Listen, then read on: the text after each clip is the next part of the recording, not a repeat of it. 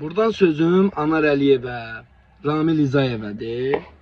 Artıq bu qədər vaxtı keçməyinə baxmayaraq hələ də 50-lik dərəcəsi düzgün təyin olunmur. Bugün sabah. Sözüm Anar Əliyevədir. Anar Əliyev özü Azərbaycan Respublikası Bakı Dövlət Universitetinin hüquq fakültəsini bitirib, bakalavırı. Hüquq fakültəsini bitirib, Azərbaycan Respublikası Prezidentinin yanında Apellyasiya Şurasının üzvü də olub. Yəni bu qədər hüququ bitirmiş adamın gözü bu qədərmi kordur ki, bu qədər haqsızlığı görmür? Yəni Azərbaycan Respublikasının prezidenti cənab İlham Əliyev boşuna mı sizə güvənib bu vəzifəyə gətirib, təyin eləyib ki, sizi bu qədər şeyi görmürsünüz? Yəni hüququ bitirmiş bir adamın bu qədər şeyi görməməyi adama yəni nə dərəcədə doğrudur?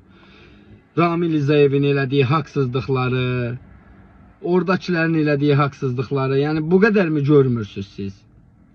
Yəni cənab prezidentimiz də dəfələrlə öz çıxışlarında qeyd edir, burada yerləşdirirəm. Vətəndaşları irgəndirməyin, bağışlayın sözümə görə, ifadəmə görə. Özü amma da mənim də artıq səbrim tükənir və deyirəm ki, vətəndaşlar da bilsinlər, bu məmurlar da bilsinlər, məmurlar öz yerlərini bilsinlər, öz işləri ilə məşğul olsunlar. Cənab prezidentin də dediyi kimi, Anar Əliyev, nə üçün sən öz işini görə bilmirsən?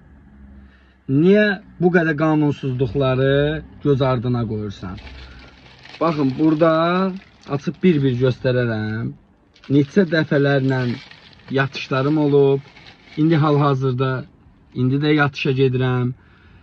Hal-hazırda nə qədər də problemin içindəyəm. Nə üçün cənab prezidentin qoyduğu göstərişlərə əməl olunmur Sosial Müdafiə Nazirliyində? Cənab prezidentimizin də dediyi kimi vətəndaşları iyrəndirməyin.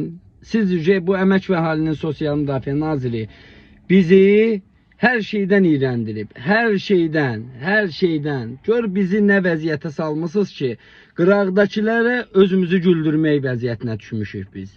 Yəni qıraqdakılar bizə baxıb gülürlər ki, gör bunlar nə vəziyyətdədir ki, hər hansısa bir qazi Əmək və Əhalinin Sosial Müdafiə Nazirliyinin qabağında qırğın eləyir. Qabağına bir dənə karovka qoyur, dilənir.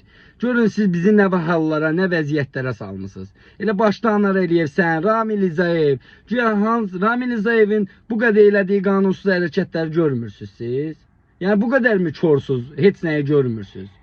Ya bir dənə bunları biz görürük, başqa heç kim görə bilmir. Nə qədər ki, əlillik təyinatım düzgün aparılmayacaq, nə qədər ki, mənə belə əziyyətlər veriləcək, o qədər də sizdən əl çəkməyəcəm.